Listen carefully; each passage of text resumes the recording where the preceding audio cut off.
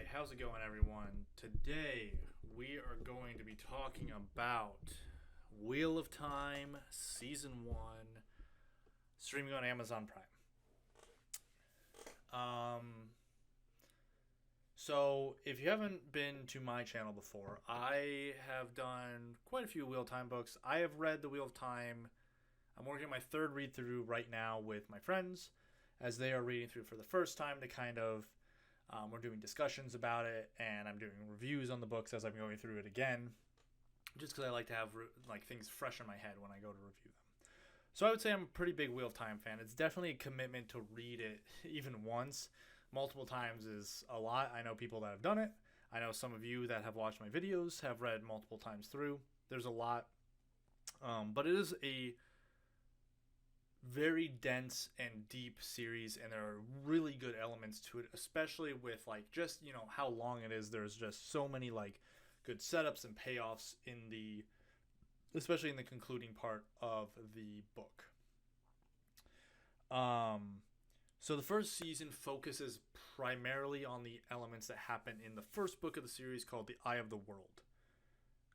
And we go through, things are changed. This is only an 8-episode season. I think they're about an hour a piece per episode. And one thing about the Wheel of Time is that it's just very... Jordan's best quality of writing is his world building. His world building is incredible, and there's so much of that. And even with this visual media having the benefit of being able to show rather than describe, there's so much depth to get into these, and so many things to set up, and to set up well so that they can pay off later in the series. I'm interested to know what people who have not read the series and have only seen the show have to say about this, because I have a friend who hasn't read the books but have seen the show, and I haven't talked to her about the end yet, but I've talked to her through most of the first, I think, 4 or 5 episodes, and she told me that she was having a good time watching it, and it was really good, where I've had friends who have read the books and were not having at all a good time. And I think I've seen this just on general comments throughout the internet of the review of people who have read the books really not liking it, people who have not read the books maybe liking it a bit more. So I'm interested to know if that might be a bit of expectations of the show, and having very high expectations for the Wheel of Time. I'm going to go into spoilers, but first I want to say, if you haven't seen the show, there are elements that are, doing well in the show. I think some of the acting is pretty good. There's some there's a lot of cool shots throughout it. There's some good character moments. I don't know that I put this on a very high recommended list right now. I think season 1 has some very big problems, and I'm hopeful that they'll address them as the show continues. I think you can fix poor beginnings, but really, one thing that you can never fix is a really poor ending. And I know where the series goes from the books. Obviously, they've got to do a little bit of work to get us there, because it's 14 books in the main series. And I don't think they're going to do this in 14 seasons. They're going to have to condense quite a bit. So we'll see if they can condense in a way that makes the conclusion still feel as satisfying as in the books, or at least close to as satisfying as in the books. So for right now, if you're thinking about watching it but haven't committed to it yet, you could watch it, but I would almost wait until maybe a couple seasons are out. We'll see how it goes beyond that. I really think we need some performance out of season 2. So, from now on, I'm going to go into spoilers, because I don't think there's really a way I can talk about the show without talking about spoilers for both the show and probably some of the early book stuff, for book 1 especially. So if you're not interested in spoilers, I'm happy you watched up to this point. I'll see you around. Hopefully you can come back after you've watched the show, read the book, whatever. I'm not going to go too much into the book spoilers. Obviously, mostly going to be just talking about the show. But let's get started on this. So, one thing that I really think, and I've said this, I think I said this in my Hawkeye review as well, but for the love of God, stop releasing these types of series 1 episode a week. Like, I think the 3-episode drop in the beginning was really, really good, because if they only dropped the first episode, I would have been so meh after the first week. But, like, honestly, these 8 episodes should have just been dropped at once. Similar to how The Witcher on Netflix has been dropped. Just drop them all at once so that we can watch them all together. Because I think that elements of trying to do this weekly episode have been... It makes the middle feel really bad as the audience is watching them. And I really hope that... I know it's not going to happen. They're going to keep doing it because people will... It allows it to be in the community's mind for longer and be talking about it. But really, I'm sick and tired of that. Please stop doing that. Let us watch the story in one piece like it should be. The season should be told in like one story. And I think with the technology we've come to, we can move away from doing this weekly drop of episodes, especially when you need some of these episodes to kind of blend into the middle a bit more and be elements that are maybe forgotten a little bit.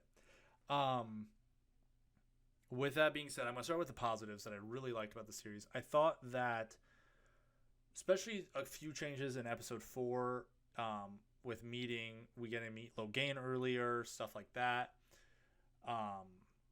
The episode with Lan and I can't even remember his friend Warder's name, and someone in the comment will correct me and tell me what it is. I can't remember off the top of my head.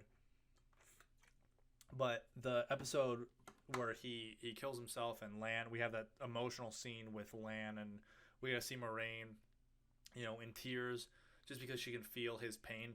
I really thought that was a good episode to explain the depth of the Warder bond. I'm sure people will disagree with me on that, but I think that it's a very interesting way to get these small character moments to really get to know Lan, especially. And I in the first book, we don't get a whole lot of that depth from Lan and Moraine that we do in the show. And I think that was one change that was really well done in the show, as well as the relationship between Nynaeve and Lan was much better set up in the show than in the books.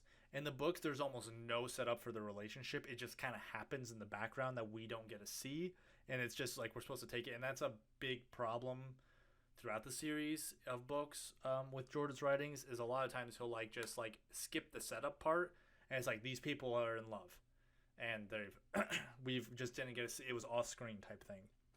So I like to see the relationship build throughout the series.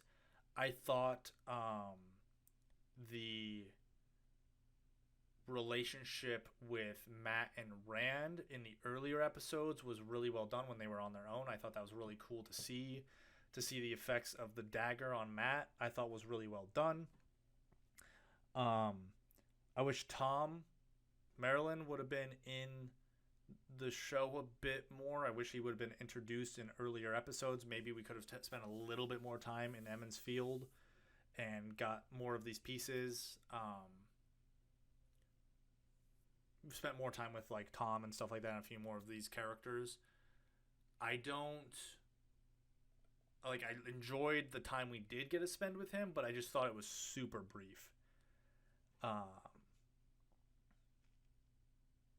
I think those are my biggest positives of the show. So now we're going to go into some critiques. I was defending this show for a while, mainly because I really don't like to judge a piece until I've seen it in its entirety. I think a full season is a good way to gauge, the entirety of episode by episodes. You're going to have some weak episodes. That's going to just happen. there are, like, if we went through the Wheel of Time books and you went chapter by chapter, there are chapters that are not very interesting throughout the series. But the overarching elements and the setup that some of those chapters play, even though they themselves are boring, play well later down the line. And so I don't really mind if I've got a couple of times where I'm just like, it's very hard to keep at 100% all the time. Sometimes you're going to have some things that are kind of slowed down and elements that drag a little bit, especially in a big series like this. So that didn't bother me, but I think the biggest, I mean, I really did not like episode 8 that much. I thought episode 7 was pretty good. I liked a few other episodes throughout the season. I felt like the first 3 episodes were pretty rushed through the story, but episode 8 specifically felt like they changed a lot of stuff for no particular reason. I know there were problems that the actor who played Matt had to leave for personal reasons after episode 6, and that's why he doesn't get to he's not in the rest of the show except for like a brief shot at the end. But and they've already like recast the actor and already filming season 2 and stuff like that. So I know that's unfortunate circumstances because there's a lot of stuff with like Perrin and Loyal I felt like was probably meant more for Matt's character rather than for those two characters. Especially with Loyal being stabbed by the Shudder Logoth dagger, I thought was a weird choice to make. I get that a big element setting up for book 2 and season 2 is that they need to chase Podon Fane with the horn. So I just there wasn't a lot that I was like really drawn into for the conclusion of this episode. And maybe people who haven't read the books will have a different opinion, but I have to say that like the ending of the first book is weird anyway and not very well done. So the ending of this first season is not going to make me like never want to watch any more of the Wheel of Time show ever again. I'm definitely going to watch season 2 when it comes out. I'm going to give it a few more seasons. If it ends up coming where it's like season 2 is pretty meh, season 3 is pretty meh, and we keep getting really kind of like mediocre seasons, then you'll trust me, you'll hear it from me. I will definitely be like, yeah, no, this is dead in the water. I don't think this is dead. I think there are elements that are that could work, assuming problems don't persist moving forward and we get into some of the more interesting story elements and stuff like that. Because my personal opinion is that, and people, I know some of you will disagree with me, but I really think book 1 of the Wheel of Time is the weakest Wheel of Time book. I think that they only get better from here. And I hope that the show takes after the books in that way, where season 1's kind of meh, there's some good elements, there's some not so good elements, but it just progressively gets better.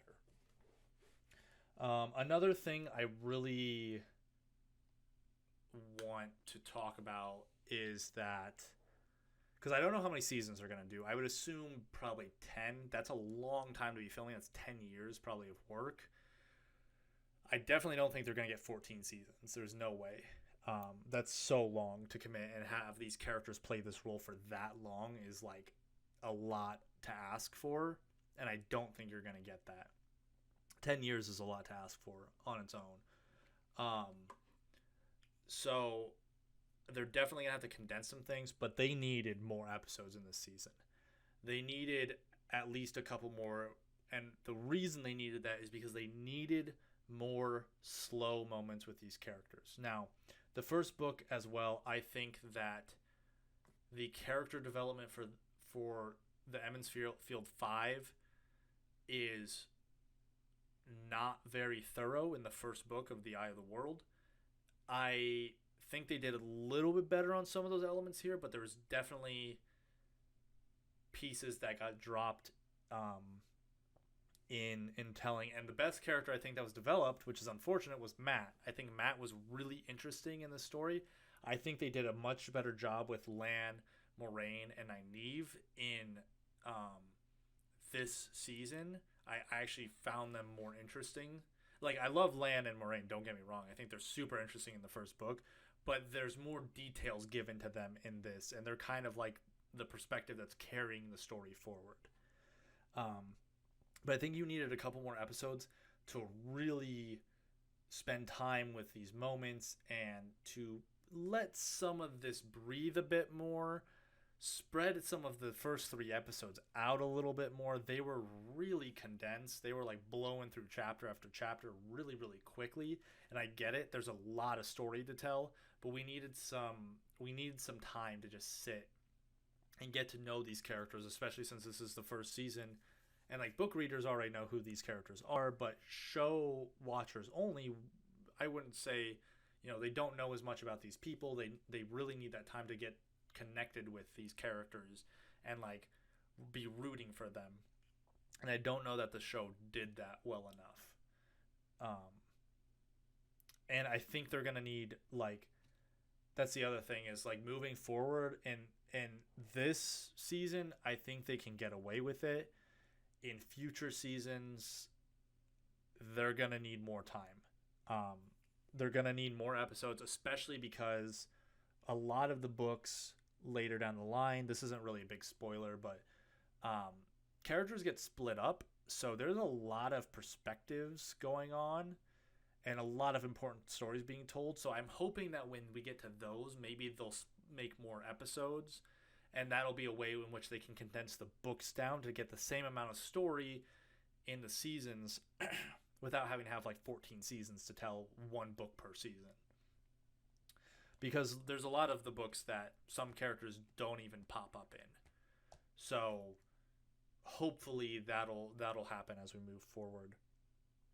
Podon Fane was another character I felt like I wouldn't say did dirty, but definitely needed more time. He was in like 1 and then like briefly in Tarvalin, like scene. But there's like a big scene with him in the books where Matt and Rand run into him and find out the revelation at the end of episode 8, where he tells them that he was the one who brought the Trollocs to the 2 rivers, and he's kind of going a bit crazy at that point. So I would have really liked to see that in the show. I think it would have given his character and maybe a bit more of his time in Emond's Field, because he does get a bit more book time in the beginning to kind of set him up, and he talks about the news of the world and what's going on and all these wars that are going on. So would have loved to get a little bit more of that. Okay, I'm running really over time here, so let's kind of wrap this up with just concluding thoughts. And I'm sure there's people who are going to watch this and be like, you're totally wrong. This is terrible. This is the worst thing in the world. And that's fine if that's what you think. By all means, you're entitled to your own opinion.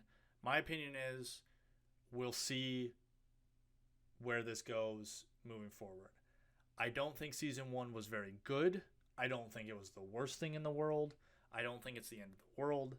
We'll see what happens moving forward. Hopefully the writers and the cast and crew will take this into consideration, will take the criticisms and not get discouraged by them, but be energized and, be able to take these criticisms in and really, fix the problems that were in season 1 and get the story to a point that's a bit more satisfying for everyone. And I'm willing to, see what happens especially in season 2 and beyond, because I think there's still potential. I think that this one missed the mark a little bit, and hopefully those elements can be tightened up moving forward. But we'll see, right? We'll see what happens. Maybe they won't. Maybe the criticism will just bounce off and they will ignore everything that's happening. And the show will just progressively slide down and there won't be, a wheel of time. But I don't think it's time to like throw the tomatoes, as I guess it would be, quite yet. I think we wait a little bit, definitely be critical, and just see. And guys, worst case scenario, it's bad. It happens. Okay, adaptations aren't always the best. It it's unfortunate. It sucks, but it does happen. And the adaptation might not be everyone's cup of tea. You know, and if you don't personally like it, totally fine. You don't have to watch it. It's not required. If you like the books more, read the books again. They're great. I really am excited to get into more books and more discussions about the books. So I think that's going to be it for me. I ran pretty long on this one, but I had a lot to say. I honestly could have gone probably another 10 minutes if I had wanted to. But hopefully we'll see. Hopefully you guys will leave comments. Let me know what you thought. And we can have a good, healthy discussion about it. If you don't agree with me, totally cool. Let's talk about it. But let's talk politely about it. All right? That'll be it, everyone. I hope you enjoyed this video. And thank you. I really appreciate you spending the time to watch up to this point. And I hope to see you around next time.